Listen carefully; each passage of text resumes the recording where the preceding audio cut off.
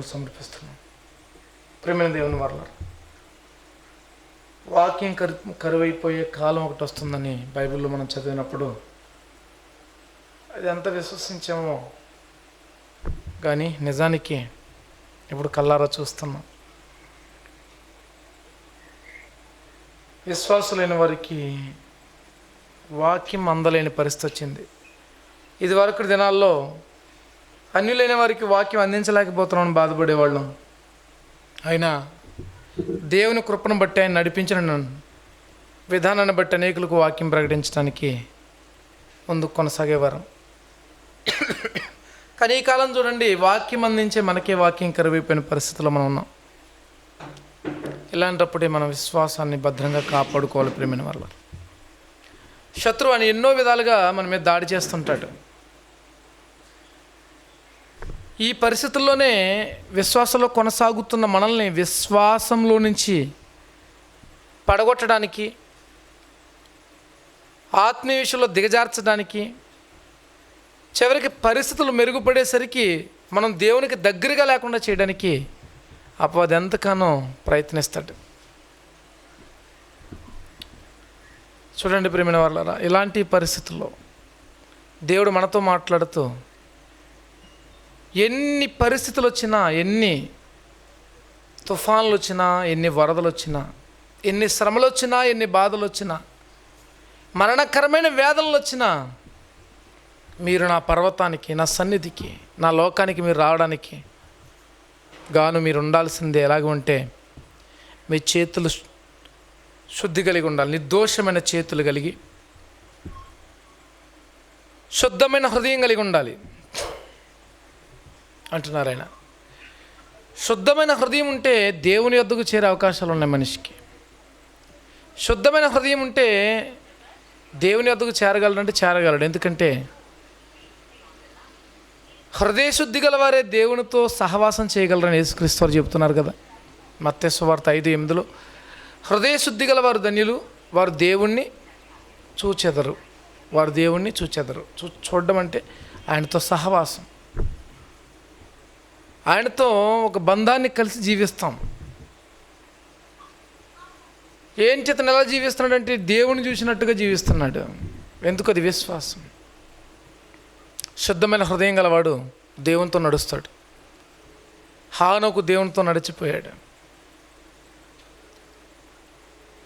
ఎవరైతే తన హృదయాన్ని భద్రంగా కాపాడుకుంటారో, ఎవరైతే హృదయాన్ని చెడిపోకుండా దేవుని చేతులకు అప్పగిస్తారో, శుద్ధమైనదిగా భద్రపరుచుకుంటారో, అట్టివారు దేవుడున్న లోకానికి చేరగలరని కీర్తనల 24వ కీర్తనలు మనం చదువుతున్నాం కదా. అయితే శుద్ధ హృదయం మనంతటి మనకు సాధ్యమేనా? మన హృదయాన్ని శుద్ధి చేసుకోవడం అనేది మనకు సాధ్యమేనా? ఇంటిలో మలినమైన పాత్రను శుభ్రంగా కడిగితే అది ఎలాగ శుద్ధి అవుతుందో, అలాగే మన హృదయం శుద్ధి అవుతుందా? మన చేతిలోనే ఉందా అని ఆలోచన చేస్తే అది ఎంత మాత్రమూ కాదంటున్నాడు జ్ఞాని అయిన సొలొమోను గారు. నీ హృదయాన్ని నువ్వు శుద్ధి చేసుకోలేమంటున్నాడు ఆయన. నీ హృదయాన్ని నువ్వు మలినం చేసుకోగలవు, కానీ నీ హృదయాన్ని నువ్వు శుద్ధి చేసుకోలేవు. సామెతల గ్రంథం 20వ అధ్యాయము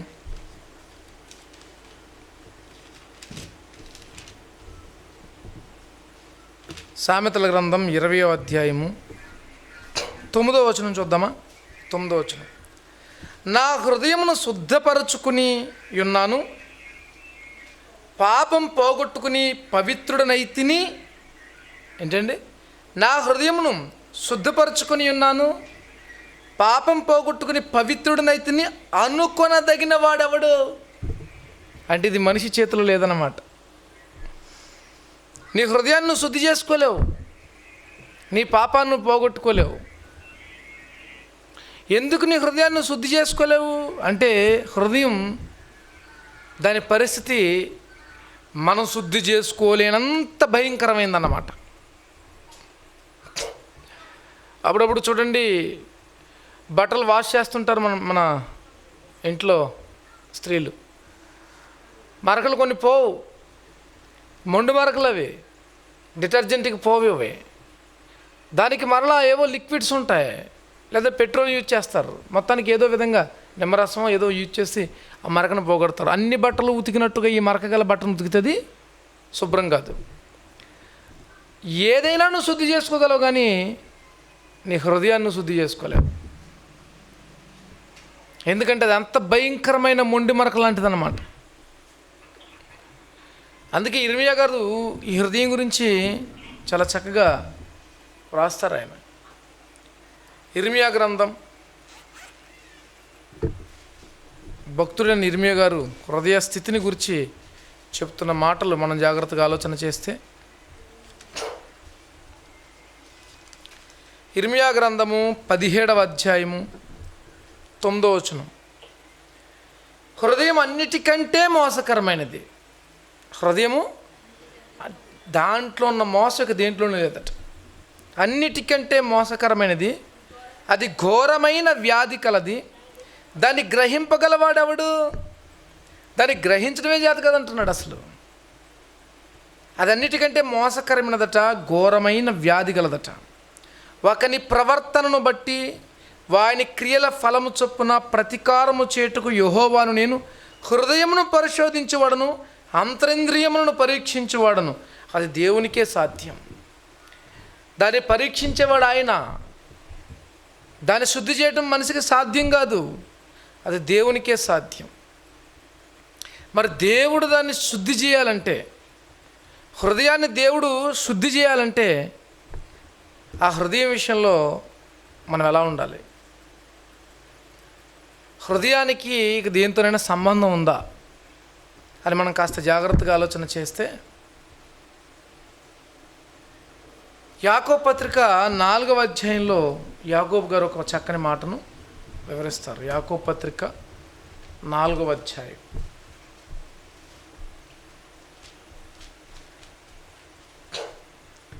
యాకోబు పత్రిక 4వ అధ్యాయం 8, 9, 10 వచనాలు చదువుకుందామండి.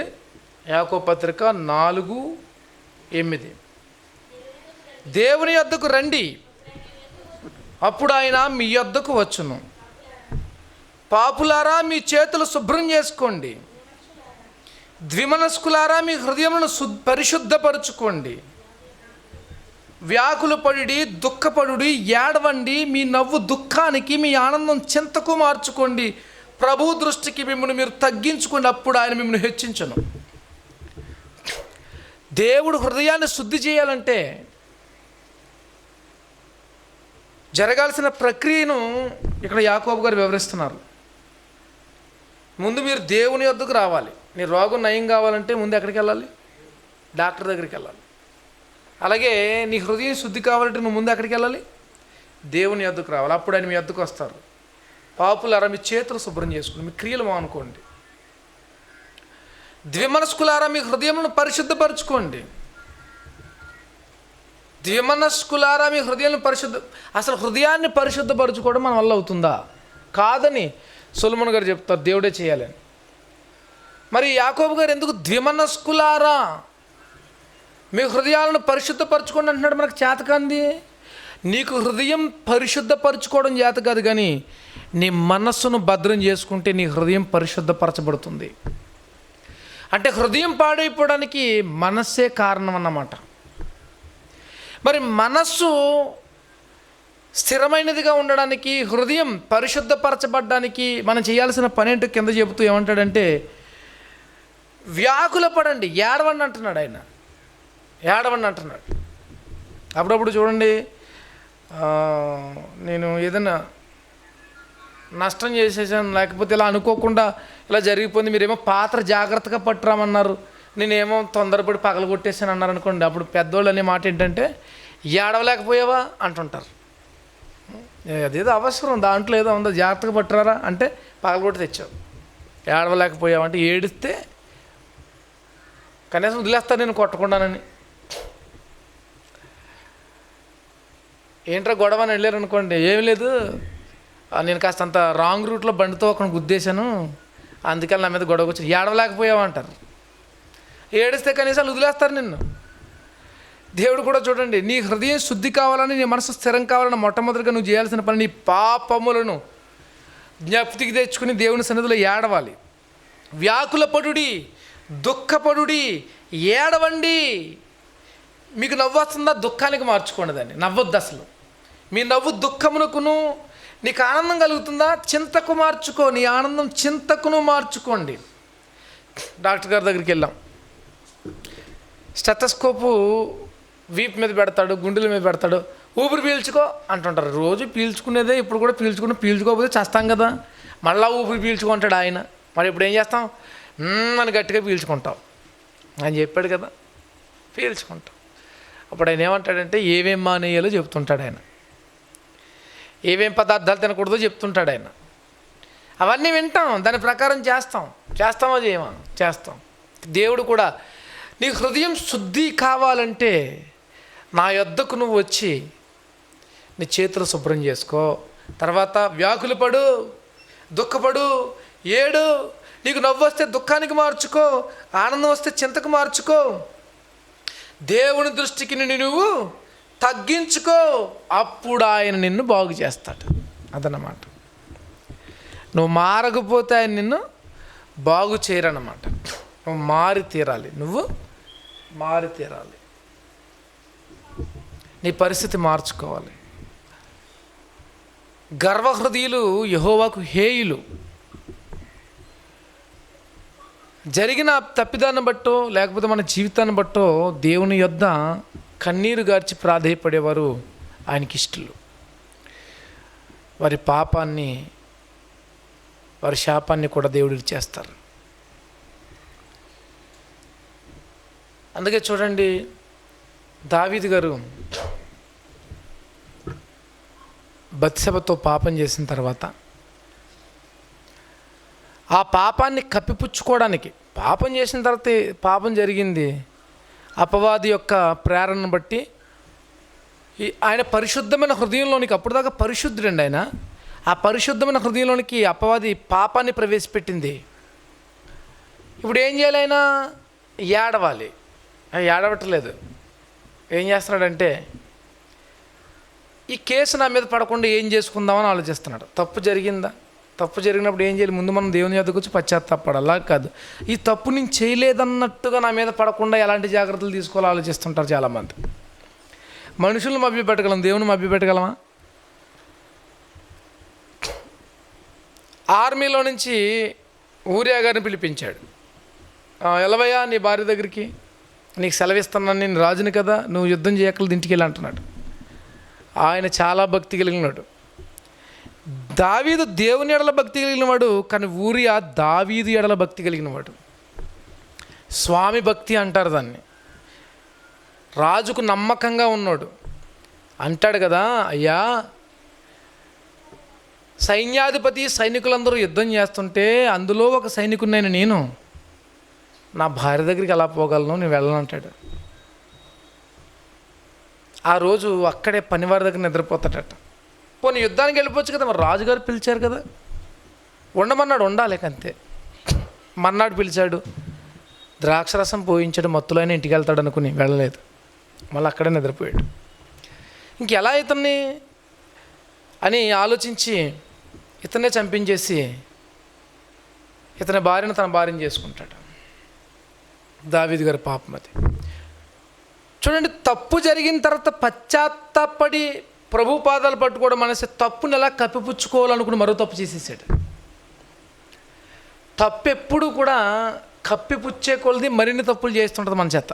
ఒక తప్పు కప్పిపుచ్చామనుకోండి, మరిన్ని తప్పులు చేస్తుంటుంది. చిన్న అబద్ధం ఆడతాం, ఒక్కరి దగ్గర ఆడితే అయిపోయిందా? అడిగిన వాళ్ళు అందరి దగ్గర అబద్ధం ఆడాలి. ఆ అబద్ధాన్ని కప్పిపుచ్చుకోవడానికి ఎన్ని అబద్ధాలు ఆడాలో.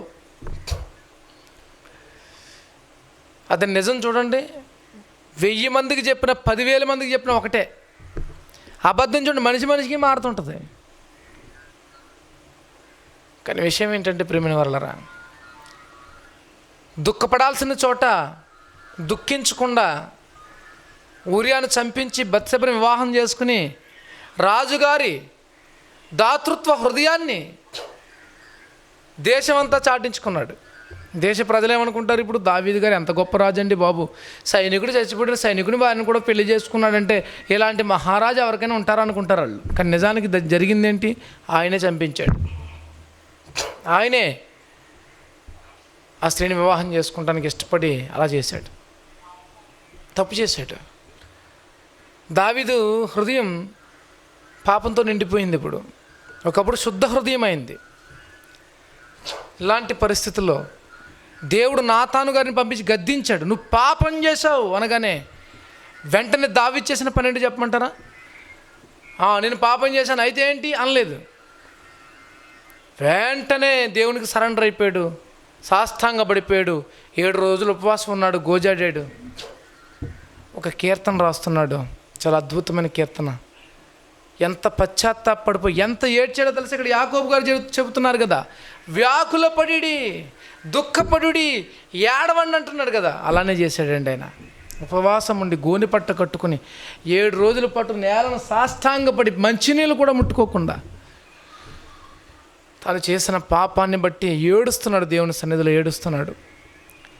దేవా కరుణించుము, దేవా కరుణించుము, దేవా కరుణించుము. నీ వాత్సల్యము చొప్పున, నీ కృపా బాహుల్యము చొప్పున నన్ను కరుణించుము. దేవా నన్ను విడిచిపెట్టొద్దు అంటున్నాడు. నేను నా దోషములు తుడిచివేయండి, నా పాపమును పవిత్రపరచండి. నా అతిక్రమాలు నాకు తెలిసే ఉన్నాయి, నా చెడుతనం అంతా నీ ఎదుట ఉన్నది. నీకే విరోధంగా పాపం చేశాను, నీ ఎదుట చెడుతనం చేశానయ్యా. ఆజ్ఞ ఇచ్చేటప్పుడు నువ్వు నీతిమంతుడుగా ఆగుపడతావు, తీర్పు తీర్చేటప్పుడు నిర్మలుడుగా ఆగుపడతావు. నేను పాపంలో పుట్టాను, పాపంలోనే నా తల్లి నన్ను గర్భమును ధరించింది. అయ్యా నీవు అంతరంగమును సత్యం కోరుచున్నావు, ఆంతర్యమును నాకు జ్ఞానం కలిగి చేస్తున్నావు. నేను పవిత్రునగునట్లు హిస్సోపుతో నన్ను బాగా కడుగు, హిమము కంటే నన్ను తెల్లగా చెయ్యి. హిస్సోపుతో నన్ను శుద్ధి చేయవయ్యా, హిమం కంటే తెల్లగా మారినట్లు నన్ను కడుగు నాయన. నా పాపాన్ని పరిహరించు, నా రాజా నన్ను విడిచిపెట్టకు. ఉత్సాహ సంతోషం నాకు వినిపించు, నీ విరిచిన ఎముకలు హర్షిస్తాయి. మన ఆయన నన్ను విడిచిపెట్టకు తండ్రి అంటూ ఆ కీర్తనలో ఒక అద్భుతమైన విషయాన్ని ప్రస్తావిస్తారు ఆయన. చూద్దాం చూడండి, 51వ కీర్తన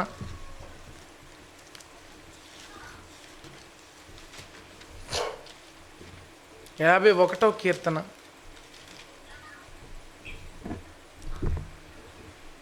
10వ వచనం. దేవా నా యందు శుద్ధ హృదయము కలుగు చేయము. ఏం చేయాలటండి అంటే దావీదు తనంతట తను తెచ్చుకోలేడు. ఇది ఎవరు కలుగు చేయాలి? దేవుడు. దేవా నా యందు శుద్ధ హృదయము కలుగు చేయము, నా అంతరంగంలో స్థిరమైన మనస్సును నూతనముగా పుట్టించుము. స్థిరమైన మనస్సు, ద్విమనస్కులారా అన్నాడు యాకోబు గారు. ఇప్పుడు దావీదు గారితో కూడా అదే ద్విమనస్సు. ఒకవైపు దేవుణ్ణి విడిచిపెట్టలేడు, ఒకవైపు పాపంలోనూ పడిపోయాడు. ఇది ద్విమనస్సు. ఇప్పుడు ఈయనకి కావలసింది స్థిరమైన మనస్సు, దేవుని ఎడల స్థిరముగా ఉండే మనస్సు. ఆ మనస్సు హృదయాన్ని శుద్ధి చేయగలుగుటకు ఆధారమవుతుంది. స్థిరమైన మనస్సు నూతనముగా పుట్టించుము, నా యందు శుద్ధ హృదయము కలగజేయము. అంతరంగంలో స్థిరమైన మనసు పుట్టాలి. ఈ మనస్సుకు నీ హృదయ శుద్ధికి కూడా సంబంధం ఉంది. నీ మనసు స్థిరమైతే దేవుని పట్ల నీ హృదయం శుద్ధి చేస్తాడు ఆయన. నీ మనసును స్థిరపరచుకోగలవా? ప్రభువా నీవు నా అంతరంగంలో స్థిరమైన మనసు నూతనంగా పుట్టించాయా, నూతనమైన మనసు నాకు ఇవ్వు నాయన అంటున్నాడు. అందుకే పౌలు గారు కూడా నేను పాప నియమానికి లోబడిపోతున్నాను అంటూ ఒక మాట చెబుతారు. రోమిలకు రాసిన పత్రిక రోమీలకు రాసిన పత్రిక 7వ అధ్యాయం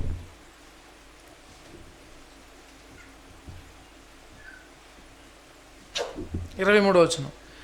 వేరొక నియమము నా అవయములలో ఉన్నట్టు నాకు కనబడుచున్నది, అది నా మనస్సునందున ధర్మశాస్త్రంతో పోరాడుచు నా అవయముల్లోనున్న పాప నియమమునకు నన్ను చెరపట్టి లోపరుచుకున్నది. నా మనస్సులో ఉన్న దేవుని ఆ మాటలతో, అంటే దైవికమైన మనసుతో పోరాడుతుంది. అది పాప నియమం అంటున్నాడు ఆయన. అయ్యో నేను ఎంత దౌర్భాగ్యుడును, ఇట్టి మరణమునకు లోనగు శరీరం నుండి నన్ను ఎవడు విడిపించును అంటున్నారు ఆయన. సార్ మనుషులందరూ ఇదే పరిస్థితి.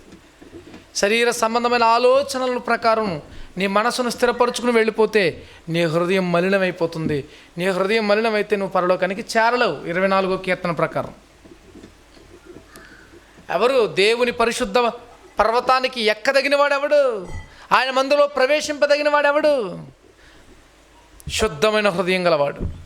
ఆ శుద్ధమైన హృదయం నీకు ఉండాలంటే నీ మనస్సు స్థిరంగా ఉండాలి. ఇప్పుడు చూడండి 25వ వచనంలో, మన ప్రభు అయిన యేసుక్రీస్తు ద్వారా దేవునికి కృతజ్ఞతాస్తుతులు చెల్లించుచున్నాను కాగా మనస్సు విషయంలో నేను దైవ నియమానికి దాసుడినై ఉన్నాను. మనస్సు విషయంలో ఇప్పుడు నేను దేవునికి దాసుడిని అయిపోయాను. ఏ విషయంలో? మనస్సు విషయంలో. అంటే ఒక పనోడిని అయిపోయాను. నా మనస్సు ఇష్ట ప్రకారం నేను బ్రతకట్లేదు, దేవుని ఇష్ట ప్రకారం నా మనస్సును లోబరుస్తున్నాను.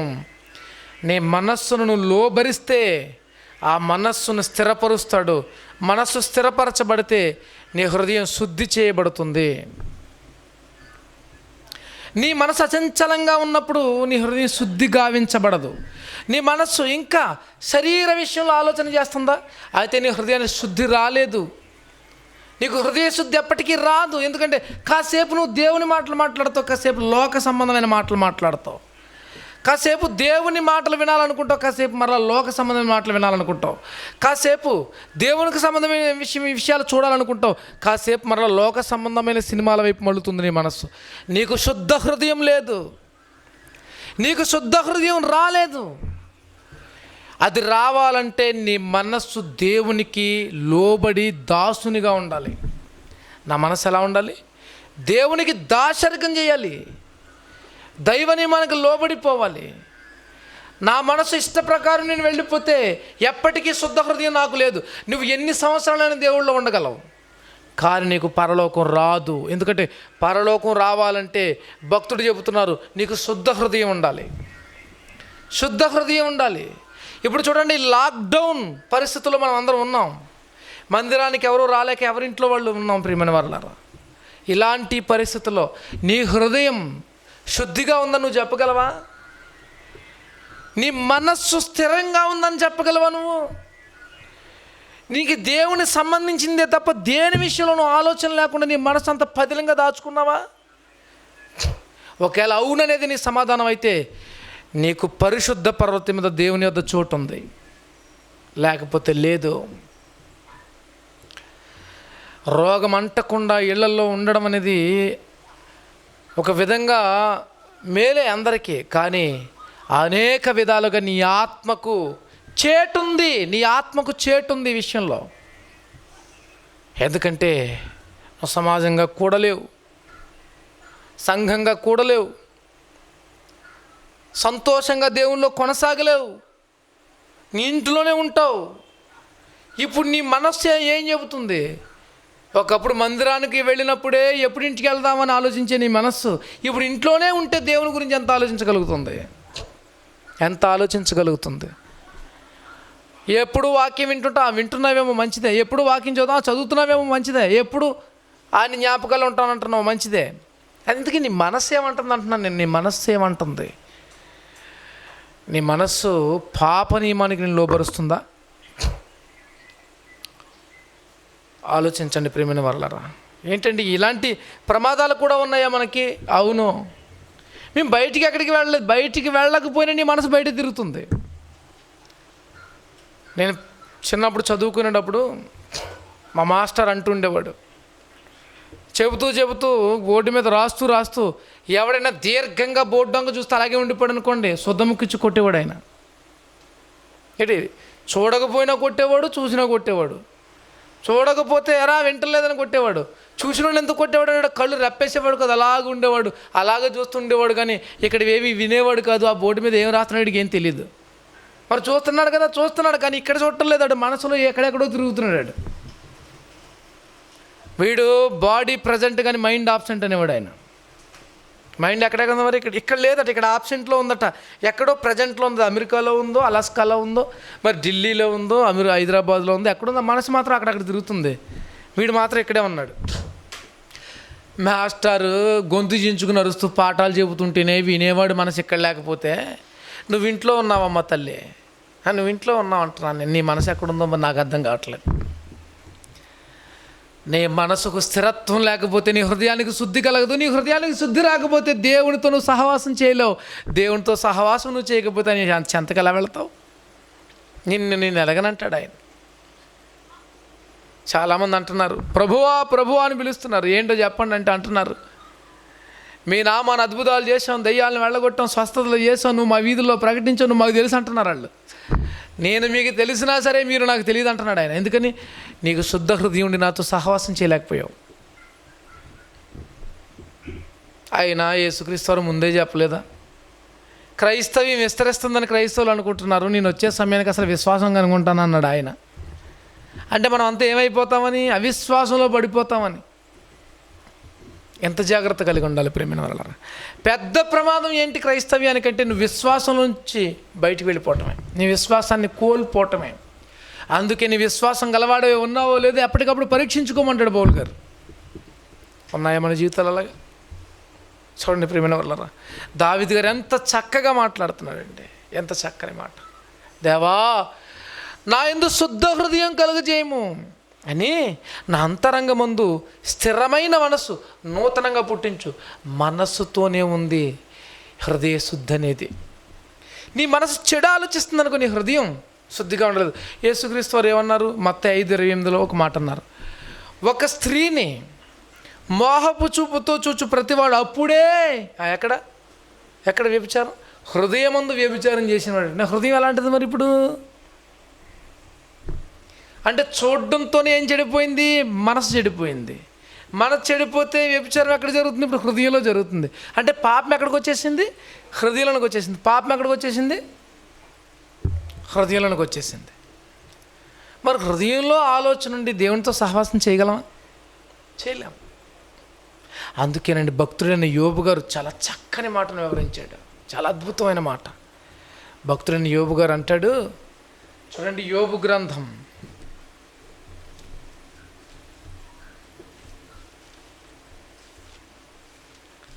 31వ అధ్యాయం. యోబు గ్రంథం 31వ అధ్యాయం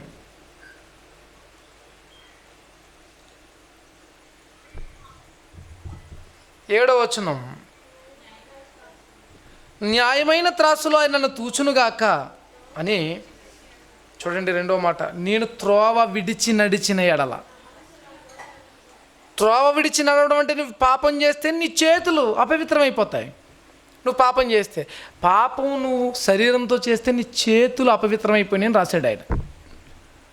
మరి ఇంకోటి ఉంది, ఇంక దేంతో చేయొచ్చు పాపం? శరీరంతో కాకుండా దేంతో చేయొచ్చు? మనస్సు. అదే చెప్తున్నారు చూడండి, నా మనస్సు నా కన్నులను అనుసరించి సంచరించిన ఎడల, మాలిన్యమేమైనను నా చేతులకు తగిలిన ఎడల. చూసారా? 9వ వచనం, నేను హృదయమున పరస్త్రీని మోహించిన ఎడల. ఇదంతా పాపం అన్నమాట. తప్పు చేయలేదట ఆమెను చూసి, హృదయంలో ఊహించుకున్నమాట. నా మనసు దేన్ని అనుసరిస్తుందో తెలుసా? నా కన్నులను అనుసరిస్తుంది. నా మనసు దేన్ని అనుసరిస్తుంది? నీ మనసు చెడిపోవడానికి కారణం ఏంటి? కళ్ళే, కనులే. కళ్ళు ఎందుకు ఇచ్చాడు దేవుడు? అక్కర్లేనివన్నీ చూడడానికి కాదు. అక్కర్లేనివి చూస్తే దేవుని పరమునున్న దేవుని ఆజ్ఞ ఏమవుతుంది అంటాడు ఆయన మొదటి వచనంలోనే. నా కన్నులతో కన్యకను చూచిన ఎడల పరమునున్న దేవుని ఆజ్ఞ ఏమైపోతుంది అంటాడు ఆయన. అంటే నీ కన్నులు అన్నీ చూడడానికి కాదన్నమాట. నీ కన్నులు అన్నీ చూడ్డానికైతే నీ మనసు ద్విమనస్సు అయిపోతుంది. నువ్వేం చూస్తావు? దేవుని మాటలు చూస్తావు, దేవుని కార్యాలు చూస్తావు, లోకపు సంగతులు చూస్తావు. అప్పుడు నీకు రెండు మనసులు ఉంటాయి. ద్విమనస్సు, చెడ్డ మనస్సు, మంచి మనస్సు. ఈ ద్విమనస్సు కలిగిన వాడు హృదయం శుద్ధిగా ఉండదు. నీకు ఏక మనస్సు, ఏక హృదయం కావాలి. నువ్వు దేవుని మీద పరిపూర్ణంగా అనుకుంటే తప్పది రాదు. దేవుడు ద్విమనస్కులను ద్వేషిస్తుంటాడు ప్రేమైన వరలరా. అట్టివారంటే ఆయనకి అసహ్యం. దేవుడు అంటే నచ్చక లోకంలో ఉండిపోయిన జాలి పడతాడు ఆయన. కానీ దేవుళ్ళలోనికి వచ్చి అటు ఇటు ఉన్నవాడిని అసలు జాలిపడ్డా ఆయన. ఎందుకంటే వీడు ద్విమనస్సు, వీడు పరిశుద్ధమైన ఆలోచనలు కలిగి ఉంటాడు, అప్పుడే పాపపు ఆలోచనలు కలిగి ఉంటాడు. ఈ ద్విమనస్కులను దేవుడు ద్వేషిస్తుంటాడు. ఆ ద్విమనస్సు మనకుంటే మన హృదయం కల్మషానికి గురైపోతుంది, పాపానికి లోనైపోతుంది. ఇప్పుడు నీ హృదయం శుద్ధిపరచాలంటే దేవుడు నీ మనసు ఏకత్వంగా దేవుణ్ణి అనుసరించేదిగా ఉండాలి. అంటే చూడండి, నీ దృష్టి ఏకదృష్టి అయి ఉండాలి. అప్పుడు నీకు ఏక మనసు వస్తుంది. నీ కన్నులు ఏది పడితే చూడకూడదు, దేవుని వైపు చూడాలి. అందుకంటున్నారు, నేను యేసుక్రీస్తునే చూస్తూ పరిగెడుతున్నాను అంటాడు పౌలు గారు. ఇప్పుడు ఆయనకి ఏ హృదయం వచ్చి ఉంటుంది? ఎలాంటి మనసు వచ్చి ఉంటుంది? స్థిరమైన మనస్సు. ఇంకా ఆయన వ్యాపకం తప్ప రెండోది ఏమీ లేదు ఆయనకి. ఈరోజు యేసుక్రీస్తుని నమ్ముకున్న మనం ఇంకా లోకం గురించి ఎన్నో విధాలుగా ఆలోచన చేస్తున్నామంటే అర్థం ఏంటో చెప్పమంటారా? నీకు రెండు మనసులు ఉన్నాయి కనుక. ద్విమనస్సునిది. దేవునికి విలువిస్తావు, లోకానికి విలువిస్తావు. సాతాను ఏమంటాడంటే, నువ్వు దేవుణ్ణి నమ్ముకో, ఎవరొద్దన్నారు, అలాగని అన్నీ మానేస్తావా? నాతోనూ ఉండు, దేవునితోనూ ఉండు, దేవుడు ఇచ్చే దీవెనలో పొందుకో, నేను ఇచ్చే ఆనందాన్ని పొందుకో అంటాడు. మీరు గతంలో హిజ్కియా భక్తుని చరిత్రను చిత్రం రూపంలో చూశారు. ఆ హిజ్కియా తండ్రి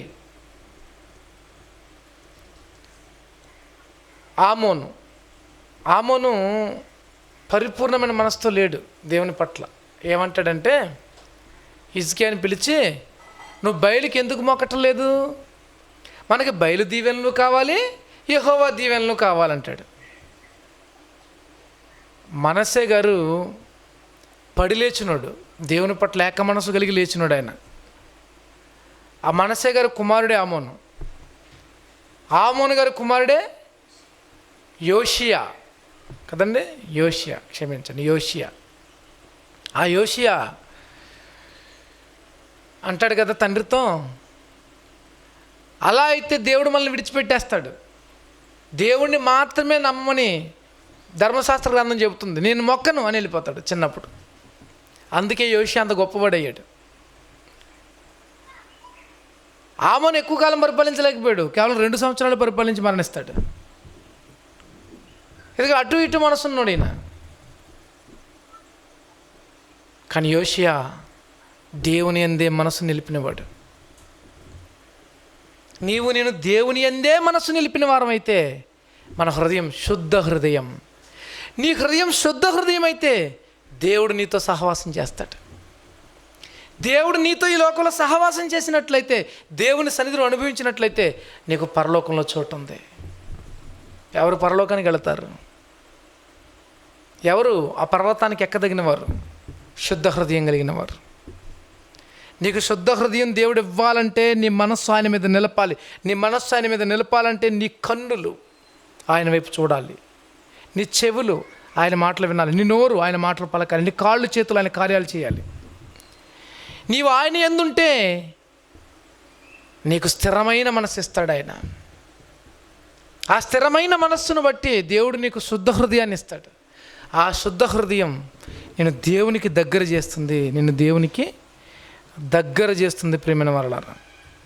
ఇదే చూడండి, సామెతల గ్రంథంలో సొలొమోను గారు కూడా చాలా చక్కగా దీని గురించి మాట్లాడతారు. ఆయన సామెతల గ్రంథం 4వ అధ్యాయం, సామెతలు 4.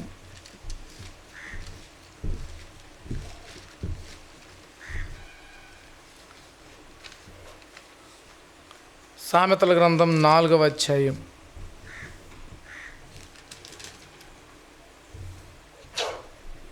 20వ వచనం నుంచి చూస్తే, నా కుమారుడా నా మాటలను ఆలకింపుము, నా వాక్యములకు చెవియొగ్గుము, నీ కన్నుల ఎదుటి నుండి వాటిని తొలగిపోనీయకుము, నీ హృదయమందు వాటిని భద్రము చేసుకునుము. నీ కన్నుల ఎదుటి నుండి తొలగించుకో, అప్పుడు నీ మనస్సు స్థిరంగా ఉంటుంది. వాక్యంతోనే ముడిపడి ఉందన్నమాట. ఏమోనండి బాబా, మా పిల్లలు టీవీ వదలటం లేదండి, బాప్తిస్మాలు పొంది. టీవీ వదలట్లేదమ్మా మీ పిల్లలు? మంచిదనమని నీకు నా వందనాలు. వాళ్ళు ద్విమనస్కులు. దేవుళ్ళో ఉంటూ టీవీ వదలకపోయినా, దేవుళ్ళో ఉంటూ లోకానికి కనెక్ట్ అయిపోతున్నా, దేవుళ్ళో ఉంటూ లోక సంబంధంగా ప్రవర్తిస్తున్నా, నీ బిడ్డలో ఉన్నది ఏ మనస్సు తెలుసా? ద్విమనస్సు. అంటే 2 మనస్సులు. పావుకు 2 నాలుకలు ఉంటాయంట. నేను చూడలేదు, ఇప్పుడు మీరు చూసారండి? నేనే చూడలేదు. రెండు నాలుకలు ఉంటాయట. కానీ అదేంటో 2 మనసులు ఉన్నోళ్ళు ఉన్నారట. 2 మనసులు. మనమేమనుకుంటాం, మా అబ్బాయి అండి ఉదయాన్నే లేచిపోయి ప్రార్థన చేసుకుంటాడండి, మంచిది. తర్వాత ఏం చేస్తాడమ్మా మరి? ఆ తర్వాత ఏముందండి, కాసేపు టీవీ చూస్తాడండి, చాలమ్మా చాలు. అదే ద్విమనస్సు అంటే. కాసేపు ఆడుకుంటాడండి, కాసేపు కుర్రోళ్ళతో తిరుగుతాడండి, మళ్ళీ సాయంత్రానికి ప్రార్థనకు వచ్చేస్తాడండి. చర్చ్ మాండండి. మనం అందరం భక్తులమే. కానీ దేవుడు అడుగుతున్నాడు ఈ మధ్యాహ్నం, నీ మనస్సు ద్విమనస్సా? నీ మనసు ద్విమనస్సు అయితే ఖచ్చితంగా నీ హృదయం చెడిపోతుంది. నీ హృదయంలో దేవునికి చోటు లేదు, నీ శుద్ధ హృదయం కాదు. అప్పుడు నువ్వేమవుతావు తెలుసా? దేవుని సహవాసాన్ని లోకంలో కోల్పోతావు. దేవునికి నీకు సంబంధం ఉండదు. ఆయన అసహించుకుంటాడు, విడిచిపెట్టేస్తాడు ఆయన. పరలోకంలో నీకు చోటు ఉండదు. నువ్వు తప్పిపోతావు. ఇది చాలా భయంకరమైన ప్రమాదం ప్రియమైన వాళ్ళారా. మనకి చాలా భయంకరమైన ప్రమాదం. మనం ఆయన వారం. మనం ఎవరు? ఆయన వారం. ఆయన వెలబెట్టి కొనుక్కున్నాడు మనందరినీ కూడా. ఇక మనకి లోకంతో పని లేదు ప్రియమైన వాళ్ళారా. దేవుణ్ణిలో ఉండడానికి గాను ఈ లోకాన్ని ఉపయోగించుకోవాలి తప్ప, దేవునికి దూరం చేసేది ఏదైనా సరే నీ జీవితంలో ఉండడానికి వీలు ఉందంటే నీది ద్విమనస్సు. ఎప్పటికైనా సాతాను నిన్ను పట్టుకుంటాడు, తాను గెలుస్తాడు నీ విషయంలో. ఇస్కరియోతు యూదా అది ద్విమనస్సే. అతను ధనాపేక్షపరుడు, అలాగని దేవునికి దూరం అయ్యేవాడు కాదు. ఎప్పుడు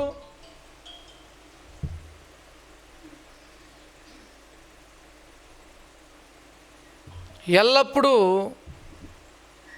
అతడు యేసుక్రీస్తు వారి వెంట వచ్చి ఉండేవాడు. మరి చివరికి ఏమైంది? అపవాది అతని హృదయంలో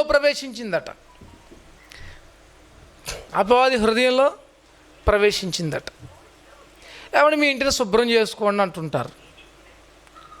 దగ్గరలో మురికి గుంటలు అవి ఉంచొద్దంటారు, ఎందుకని దోమలు వ్యాపిస్తాయని, మీకు రోగాలు వస్తాయి కనుక. అసలు అపరిశుభ్రత మనకి వ్యాధి కలగజేస్తుంటుంది కదండి. అంటే అపరిశుభ్రతను కూడా ఇష్టపడేది ఏంటో తెలుసా? దోమలు, ఈగలు, కీటకాలు. మురికి గుంట ఉందనుకోండి, దాన్ని ఇష్టపడేది ఎవరు చెప్పండి? మురికి గుంటను ఇష్టపడేది ఎవరు? మనం అసహించుకుంటాం. పంది గబగబా వచ్చి పొరులుతున్నాయి, అంత కొట్టినా లేకదండి దాంట్లో నుంచి కదండి. దానికి అది ఇష్టం. మీకు విషయం చెప్పమంటారు, ఈ పంది స్వభావం కలిగిన అపవాది. ఎవరి హృదయమైనా శుద్ధిగా ఉందనుకోండి, రాడాడు భయం అడిగి. అమ్మో ఎంత నీట్గా డెటాల్ పెట్టి కడిగారు కాబట్టి నేను వెళ్తే చచ్చిపోతాను అనుకుంటాడు. కానీ ఎవరి హృదయం అయితే అపరిశుద్ధతతో ఉందో, పాపంతో నిండుకుంటుందో, వాడికి చాలా ఆనందం అయిపోతుంది. వాడు వెంటనే వచ్చేస్తాడు మన హృదయాల్లోనికి. ఇస్కరియోతు యూదా హృదయంలోనికి ఎవరు వచ్చేసారు? అపవాది వచ్చేసాడు. ఎందుకని? ఆ హృదయం బాగాలేదు కనుక. హృదయం బాగాలేదు. మరి ఇంకా యోహాను గారు ఉన్నారు, యాకోబు గారు ఉన్నారు, ఆ సమయంలో పేతురు గారు ఉన్నారు. ఇంకా 12 మంది శిష్యుల్లో ఈయన ఒకటే కదా. ఈయన్నే పట్టుకుంది ఎందుకు? ఈయన హృదయం అప్పటికి వారందరికంటే దౌర్భాగ్యంగా ఉంది. ఇంకో మాట చెప్తాను చివరిగా, ఇది కొంచెం బాధగానే ఉంటుంది. మీ ఇంట్లో ఎవరైనా ఎలాంటి వాళ్ళు ఉంటే మీరు 2 కళ్ళతో చూస్తుంటారు వాళ్ళంక ఇప్పుడు. ఎందుకంటే అపవాది మిమ్మల్ని పాడు చేయడానికి మీ ఇంట్లో ఎవరొకరి ద్వారా రావాలి, అంతే కదండి. మన ఇంట్లోనే ఎవరొకరి ద్వారా రావాలి. ఏదైనా తోటలో ఆదాము ఉన్నాడు, అవ్వమ్మ ఉంది. ఇప్పుడు వాళ్ళిద్దరిని పాడు చేయాలంటే అపవాది ఎలా రావాలి? ఎవరొకరి ద్వారానే రావాలి. అవ్వమ్మను ఉపయోగించుకున్నాడు. అలాగే నీ ఆత్మీయ జీవితాన్ని పతనం చేయడానికి నీ ఇంట్లో ఎవరొకరిని ఉపయోగించుకుంటే మీ బిడ్డనో, మీ అమ్మాయినో, మీ అబ్బాయినో, నిన్నో, అమ్మ నిన్ను మాత్రం తక్కువగా ఎందుకనాలి, నిన్నో, నీ భర్తనో, ఎవరో దేవుడిని నమ్ముకున్న మీలో ఎవరొకరిని ఉపయోగించుకుంటాడు. ఉపయోగించుకుంటున్నాడంటే వాళ్ళలో ప్రవేశించాలా అక్కర్లేదా? ప్రవేశించాలంటే వాడికి ఏమి ఇష్టం? అందరిలోనూ ప్రవేశిస్తాడా? అందరిలోనూ ప్రవేశించడం వాడికి నచ్చదు. అలాగా అందరిలోనూ ప్రవేశించడం. ఎవరిలో ప్రవేశిస్తాడు అంటే ఎవరైతే ద్విమనస్తో ఉంటారో, ఎవరైతే పాపాన్ని ప్రేమిస్తుంటారో వాళ్ళంటేనే ఇష్టం వాడికి. వాళ్ళలోనికి వస్తాడు, వాళ్ళని హస్తగతం చేసుకుంటాడు. నెమ్మదిగా కుటుంబంలోని ఆత్మీయులందరినీ పాడు చేస్తాడు ప్రేమైన వాళ్ళారా. ఒకరిని పట్టుకుంటాడు ముందు. హవ్వమును పట్టుకోకపోతే ఆదాం పడిపోడు. ఈరోజు నీ కుటుంబంలో ఎవరొకరిని పట్టుకోకపోతే మీరు ఎవరు దొరకరు వాడికి. చివరికి ఇస్కరియోతు యూదాను పట్టుకోకపోతే యేసుక్రీస్తు దొరకడు. దొరుకుతారా చెప్పండి? దొరకరు. కాబట్టి ఎవడు దొరుకుతాడా? వాడి హృదయంలో ఎప్పుడు ప్రవేశిద్దామని చూశాడు. నేను దొరికేసేది ఎప్పుడో తెలుసా? నీతో ఉన్నోళ్ళలో వాడు ప్రవేశించినప్పుడు. వాడు ప్రవేశించాలంటే చూడండి, హృదయ శుద్ధి లేకపోతే వచ్చేస్తాడు. హృదయ శుద్ధి ఉంటే దేవుడు నీతో ఉంటారు. హృదయ శుద్ధి లేకపోతే, నీ హృదయం కల్మషమైతే అపవాది నీతో ఉంటాడు. మొత్తానికి నువ్వు ఎవరొకరితో ఉంటావు, ఖాళీగా మాత్రం ఉండవు. ఎవరితో ఉంటావు? ఉంటే దేవునితో అయినా ఉంటావు, లేదా అపవాదితో అయినా ఉంటాం. ఏమండి, నేను దేవునితో ఉన్నానా అపవాదితో ఉన్నానా ఎలా తెలుస్తుందండి అంటారేమో. ఎలా తెలుస్తుందంటే, నువ్వు దేవునితో ఉన్నావు అనుకో, నువ్వేం చేసినా దేవుని ఆలోచనలు వస్తుంటాయి నీకు. నువ్వు వంట చేస్తున్నా సరే, బైబిల్ గ్రంథంలో ఆ సారిపతి విధవరాలు పాపం 3 సంవత్సరాల పాటు ఏలియా గారికి వంట చేసి పెట్టిందన్న ఆలోచన వస్తుంది నీకు. లేకపోతే అపోస్తలుల కార్యాల్లో అపోస్తలు అందరూ ఆ వచ్చిన వాళ్ళందరికీ వంట సిద్ధపరచడానికి ఆ స్టెఫన్ని, నీకానోరుని, ఫిలిప్పుని ఇలాంటి వారిని ఎన్నుకున్నారు అన్న ఆలోచనలు వస్తుంటాయి నీకు. వాళ్ళు ఎంటెంటా భోజనం చేసేవారు. ఏమోటి సందర్భాలు బైబిల్ నుంచి వస్తుంటాయి నీకు. లేదు, నువ్వు లోకంలో ఉన్నావు అనుకో, తినుచు త్రాగుచు సుఖిస్తున్న వారు అందరూ గుర్తొస్తుంటారు నీకు. అప్పుడు నీ హృదయం శుద్ధిగా లేదని అర్థం. నీవే పని చేసినా దైవ తలంపులతో నిండుతున్నావంటే నీ హృదయం శుద్ధిగా ఉంది. అపవిత్రమైన తలంపులతో నిండుతున్నావంటే నీ హృదయం శుద్ధిగా లేదు. హృదయం శుద్ధిగా లేకపోతే నీలో ఉన్నది అపవాది, హృదయం శుద్ధిగా ఉంటే నీతో ఉన్నది దేవుడు. నువ్వు దేవునితో సహవాసం చేస్తావు, దేవుని యొద్దకు చేరతావు. అదే చెబుతున్నారు చూడండి. నీ హృదయమందు వాటిని భద్రం చేసుకో, దొరికిన వారికి అవి జీవము, వారి సర్వ శరీరమునకు ఆరోగ్యం ఇచ్చును. నీ హృదయంలో నుండి జీవదారులు బయలుదేరును. కాబట్టి అన్నిటికంటే ముఖ్యంగా నువ్వు హృదయమును భద్రంగా కాపాడుకో. నువ్వు బాగు చేసుకోలేవు కానీ కాపాడుకోగలవు. అవండి చూడండి, మనకి చెయ్యి ఇరిగింది అనుకోండి, దాన్ని మనం బాగు చేసుకోగలమా? చెయ్యి ఎలా పట్టుకుని డాక్టర్ గారి దగ్గరికి వెళ్ళి ఎమ్మికి ఇరిగిపోయిందండి బాగు చేయండి అంటే కట్టేసి బాగు చేస్తాడు ఆయన. కానీ చెయ్యి ఇరగకుండా కాపాడుకోవచ్చు నువ్వు. ఈ పిట్టుకోడ ఎక్కి కిందకు పడితే చెయ్యి ఇరుగుతుంది తిరగదా? ఇరుగుతుంది. ఇరిగిన తర్వాత నువ్వు బాగు చేసుకోగలవా? ఎక్కడికి వెళ్ళాలి? ఇరగకుండా కాపాడుకోగలవా? ఆ పెట్టుకోడు ఎక్కకుండా ఉంటే కాపాడుకోగలవు. అలాగే నీ హృదయాన్ని నువ్వు కాపాడుకోగలవు, దేవుని మాటలు నీ హృదయంలో ఉంచుకొని. కానీ హృదయం పాడైపోతే మాత్రం బాగు చేసుకోలేవు. మళ్ళా దేవుని వద్దకే వెళ్ళాల్సి వస్తావు. మీకు ఎంత చక్కని ఉదాహరణ అర్థమవుతుందండి? అర్థమవుతుంది, అర్థం కావట్లేదు. మనం బాగు చేసుకోలేం కానీ కాపాడుకోగలం, అంతే కదండి. ఇప్పుడు చూడండి, మనకి ఏంటంటే వైరస్ అది కరోనా. అది వస్తే నువ్వు బాగు చేసుకోగలవా? కరోనా వచ్చిందండి రాత్రి, పొద్దున్న కల్లా మటుమయం అయిపోయింది అంటారండి ఎవరైనా. అది వస్తే ఇంకా అయిపోయినట్టే మన జీవితం. కానీ అది రాకుండా మాత్రం జాగ్రత్తలు ఏం చేయాలి? అరగంటకోసారి నువ్వు చేతులు శుభ్రంగా సబ్బుతో 20 సెకండ్ల పాటు కడుక్కోవాలి. నీ ముక్కుకి నోటికి నువ్వు కచ్చిపు వాడాలి. నీ చేతులతో నీ మొహాన్ని కూడా ముట్టుకోకూడదు. దగ్గుతున్న వరకు దూరంగా ఉండాలి. బయట ఎక్కడ తిరగకూడదు, ఇంట్లోనే ఉండాలి. ఈ జాగ్రత్తలు తీసుకుంటే కరోనా నీకు వస్తుందా? మరి రాదు. అంటే కరోనా రాకుండా కాపాడుకోగలవు నువ్వు, కానీ కరోనా వస్తేనే కాపాడుకోలేవు. డాక్టర్ తీసిపోతారు, నేను ముసుగేసి తీసిపోతారు, నిన్ను ఎక్కడ బెడ్ మీద పెట్టేస్తారు, వాళ్ళు నీకు వచ్చి ఇంజక్షన్ చేయడానికి జడుస్తుంటారు వాళ్ళు, ఎందుకంటే వాళ్ళకి కానీ వచ్చేస్తుందేమోనని. మొత్తానికి నీ బ్రతుకు అటు ఇటు అయిపోతుంది. ఇంకా వాళ్ళ చేతిలో ఉంది అంతా, నీ చేతుల్లో ఏమీ లేదు. నేను అడుగుతావు డాక్టర్ గారు నేను బాగుపడతానంటారా? బాగుపడాలనే కదా బాబు నీకు వైద్యం చేస్తున్నాం, బాగుపడాలనే కదా నీకు వైద్యం చేస్తున్నాం. చాలామంది చనిపోతున్నారు. అది రాకుండా జాగ్రత్త తీసుకోవచ్చు. నీ హృదయం పాడైపోకుండా కాపాడుకోవచ్చు నువ్వు, కానీ నీ హృదయం పాడైతే మాత్రం నువ్వు బాగు చేసుకోలేవు. ఇప్పుడు నీ హృదయం నా హృదయం ఎలా ఉన్నాయి పరీక్షించుకుందాం ఈ మధ్యాహ్న సమయం అంతా. చాలామందికి పాపం ఫోన్లో కంప్లైంట్లు వచ్చేస్తున్నాయి, ఆ ఫోను సరిగ్గా వినబట్టలేదు వాళ్ళకి. అయినా సరే ఈ మాట మీరు అందరూ వింటారని ఆశపడుతున్నాను నేను. నీ హృదయం ఎలా ఉంది? నీ హృదయం శుద్ధిగా ఉందా? నీ హృదయాన్ని ప్రభువు స్థిరపరుస్తాడు. నీ మనస్సు ఆయన మీద లగ్నం చేయాలి. నీ అవయవాలన్నీ ప్రభు అధీనంలో ఉంచాలి. అప్పుడు నువ్వు ఆయనతో సహవాసం చేయడానికి ఆయన నీకు అవకాశం ఇస్తారు. అందుకే అపోస్తలుడైన పౌలు గారు అంటారు, చివరికి మాట చూద్దాం, తెస్సలోనికైలకు రాసిన మొదటి పత్రిక, తెస్సలోనికైలకు రాసిన మొదటి పత్రిక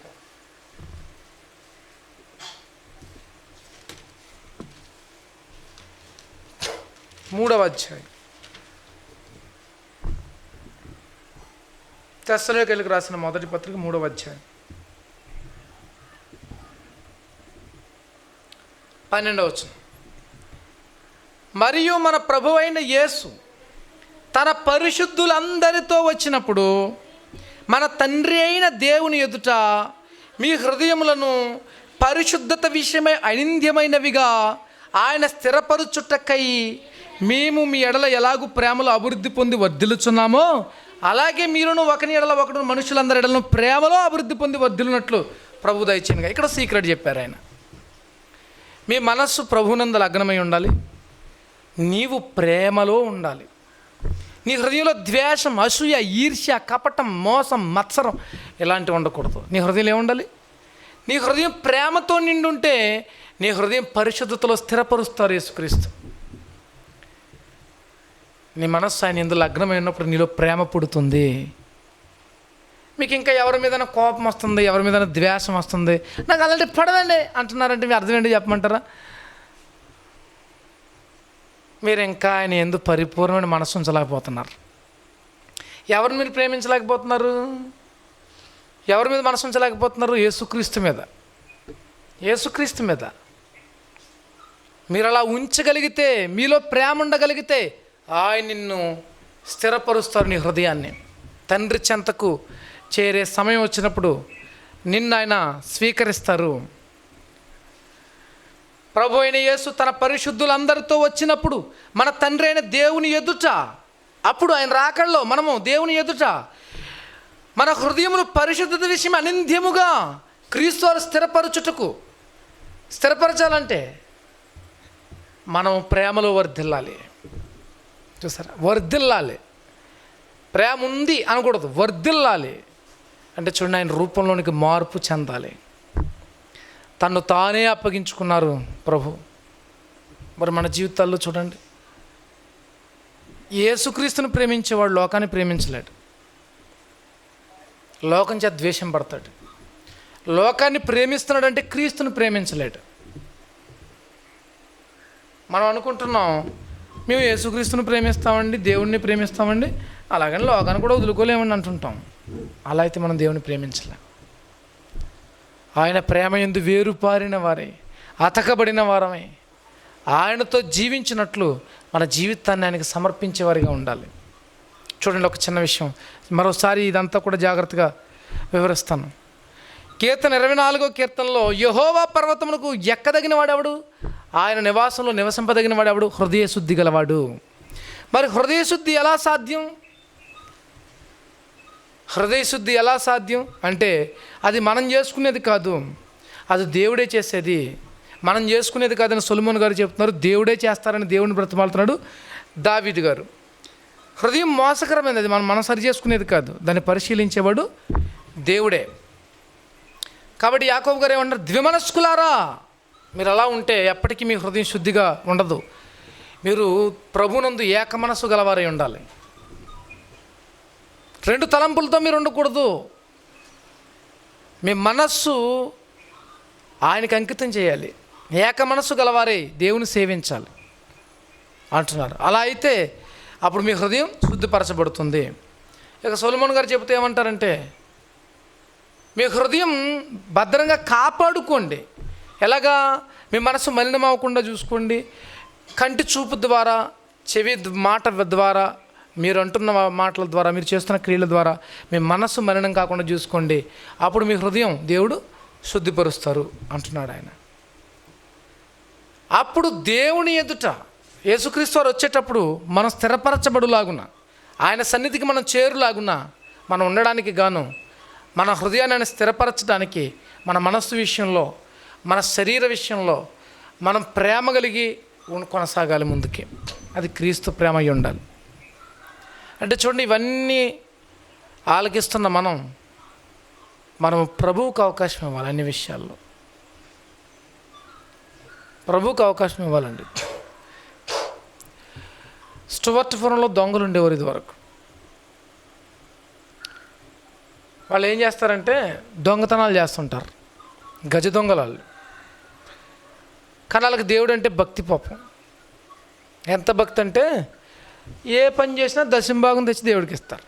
దొంగతనం చేసిన డబ్బులు కూడా ఇస్తారు వాళ్ళు.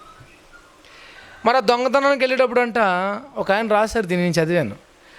ఆ రాత్రి పాస్టర్ గారి దగ్గరికి వచ్చి, మరి మేము అర్ధరాత్రి బయలుదేరుతున్నాం, ప్రార్థన చేయండి మా కోసం అంటారట. అర్ధరాత్రి ఎక్కడికి బయలుదేరుతున్నారు? హైదరాబాద్ వెళ్తున్నారు ఏమన్నా పని మీద? కాదు, దొంగతనానికి వెళ్తున్నారు. పాస్టర్ గారు ప్రార్థన చేసి, దేవుడు మీకు తోడుగా ఉంటాడు, వెళ్ళరండి అనేవాడే. అప్పుడు వీళ్ళు దొంగతనం చేసుకొచ్చి దశంభాగం తీసి దేవునికి ఇచ్చేవారు. ఇది స్టువర్ట్పురంలో ఉన్న విధానం. అందుకే అక్కడ పోలీసుల సంఖ్య ఎక్కువగా ఉండేది. అదే సరే దొంగతనాలు ఆగేవి కావు.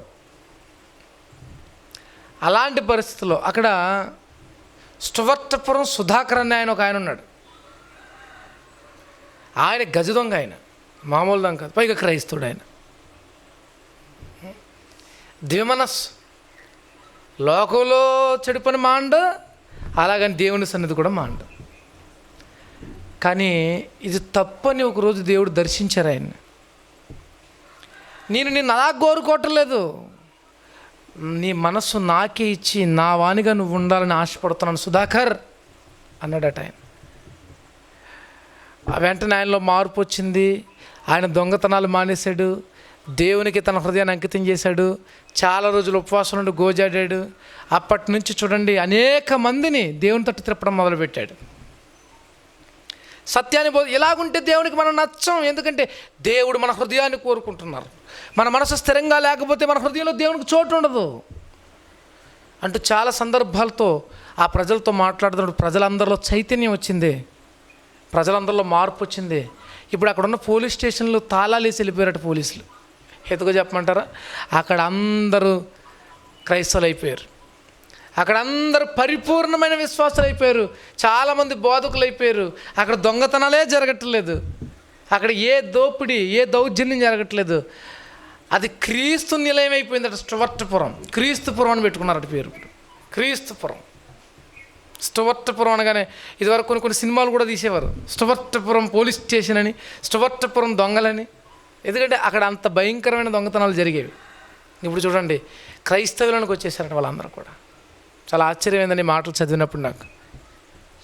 ఎందుకని? వారి మనస్సులో దేవునికి చోటిచ్చారు. చివరికి ఒక మాట చెప్పి ముగిస్తాను. నువ్వు ఎలా నడవాలో నీకు తెలియదు, తెలుసా?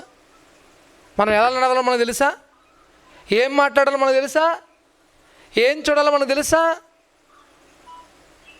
మనల్ని సరైన విధానంలో నడిపించేవాడు దేవుడు. ఎప్పుడో తెలుసా? నీ మనస్సులో ఆయనకు చోటిస్తే, నీ మనస్సును ఆయనకు నువ్వు అంకితం చేస్తే. పౌలు గారు అంటున్నాడు, నీ దాసుడిని అయిపోయినాను అంటున్నాడు. మనస్సు విషయంలో దాసుడట. అంటే ఇక ఈ మనసుకు రెండో ఆలోచన రానివ్వట్లేదు. నేను అది చేయకూడదు, నేను దాసుని కదా అంటుంటాడు. నేను అది చేయకూడదు అంతే. కొంతమంది చూడండి, మన పరిసర ప్రాంతాల్లో కూడా కొంతమంది వేరే భక్తి చేస్తూ ఒక ప్రత్యేకమైన డ్రెస్ వేసుకుంటూ ఉంటారు. వాళ్ళు చూడండి, ఆ 40 రోజుల పాటు కొన్ని చేయరు, వాళ్ళు కొన్ని చేయరు, కనీసం కాళ్ళకి చెప్పులు కూడా వేసుకోరు. వాళ్ళని పాపం చేయమని అడగండి మీరు వెళ్ళి. నువ్వు గతంలో తాగుబోతువే కదా, ఇప్పుడు తాగు, ఈ 40 రోజులు ఎందుకు తాగట్లేదు? తాగరాళ్ళు. మరి గతంలో నువ్వు పాపాత్ముడే కదా, ఇప్పుడు పాపం చేయంటే చేయరాళ్ళు. ఎందుకంటే వాళ్ళ మనస్సును దృఢపరుచుకున్నారు. వాళ్ళు లోకంలో ఉన్న అన్యుడే మనసును దృఢపరుచుకుని దేవుని కోసం కొన్ని దినాలు ఇవ్వగలుగుతుంటే, నువ్వేమన్నావు బాప్తిస్మంలో? నా జీవితకాలం అంతా ప్రభువుకి ఇస్తానన్నావు. మరి ఎందుకు నీ మనసు మరలా వక్రమైన దానికి వెళ్ళిపోతుంది? నీ మనస్సు ఎందుకు ఇంకా దేవునికి వ్యతిరేకమైన దానితో తిరుగుతుంది? అది చూడలేకపోతే ఉండలేను, ఇది చేయలేకపోతే ఉండలేను, నా హాబీ ఇది. ఏంటి నీ హాబీ? ఏంటి? మళ్ళీ నీ హాబీ దేవునితో ఉండటం, నీ హాబీ దేవునితో సహవాసం చేయటం.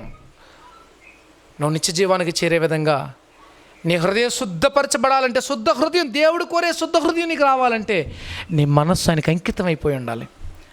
అప్పుడు నీ మనస్సును బట్టి నువ్వు చెడు పనులు చేయలేవు. నీ శరీరం చెడు కోరుతుందేమో, నీ కళ్ళు అది చూడు అంటున్నాయేమో, చూడలేవు, ఎందుకంటే నీ మనసు ఒప్పుకోదు. నీ నోరు ఆ చెడు మాట్లాడాలంటుందేమో, నువ్వు మాట్లాడలేవు, ఎందుకంటే నీ మనసు ఒప్పుకోదు. నీ చెవులు చెడు వినంటున్నాయేమో, నువ్వు వినలేవు, ఎందుకంటే నీ మనసు ఒప్పుకోదు. ఎప్పుడైతే నీ మనసు దేవునికి అంకితం చేసావో, అప్పుడు దేవుని హృదయాన్ని శుద్ధి చేస్తారు. శుద్ధ హృదయం గలవాడా రా నా పర్వతం మీదకి అంటున్నాడు ఆయన. ప్రభు వస్తున్నాడు, ఆకాశ మేఘారుడై యేసుక్రీస్తు వారు 2వ రాకడలో వస్తున్నారు. ఆయన వచ్చి దేవుని సన్నిధిలో మనం నిలపడానికి గాను, మన హృదయాన్ని స్థిరపరచడానికి గాను ఇప్పుడు మనం ఏం చేయాల్సింది? ఏక మనస్సుతో ఆయన సేవిస్తూ ప్రేమలో మనం అభివృద్ధి చెందేవారిగా ఉండాలట. ఉందామా? మన జీవితాలకు ఆయనకి అంకితం చేస్తామా? మరణం కంటే, వ్యాధి కంటే ఆయన సన్నిధి చాలా బలమైనది. ఆయనతో ఉండడానికి ఇష్టపడదాం. మన జీవితానికి ఆయనకి అంకితం చేద్దాం.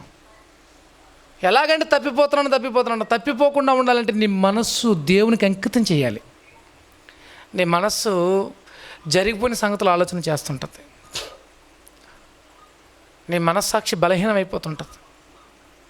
దాన్ని దృఢపరచాలంటే నువ్వు యేసుక్రీస్తుకు దాన్ని అంకితం చేయాలి. అందుకే అపోస్తలుడైన పౌలు గారు హెబ్రీయులకు రాసిన పత్రికలో ఒక అద్భుతమైన మాట చెబుతారు. అపోస్తలుడైన పౌలు గారు హెబ్రీయులకు రాసిన పత్రిక చివరికి మాట చూసి ముగించుకుందాం. ఎలా సాధ్యం అంటావేమో, 9వ అధ్యాయం 14వ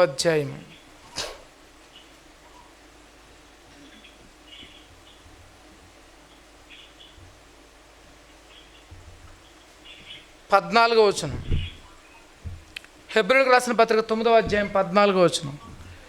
నిత్యుడగు ఆత్మ ద్వారా తన్ను తాను దేవునికి నిర్దోషినిగా అర్పించుకొనిన క్రీస్తు యొక్క రక్తము, ఏంటండి? క్రీస్తు యొక్క రక్తము నిర్జీవ క్రియలను విడిచి జీవం గల దేవుని సేవించుటకు మీ మనస్సాక్షిని ఎంతో ఎక్కువగా శుద్ధి చేస్తుంది. నీ మనస్సును శుద్ధి చేసేది, నీ మనస్సాక్షిని స్థిరపరిచేది, ఆయనతో కొనసాగేటట్టుగా చేసేది యేసుక్రీస్తు రక్తం. ఆ రక్తం నుంచి నువ్వు తప్పుకోకూడదు. నువ్వు రక్తంతో కడగబడ్డావు. నువ్వు నిలుచున్నావా? నిలుచుండాలి.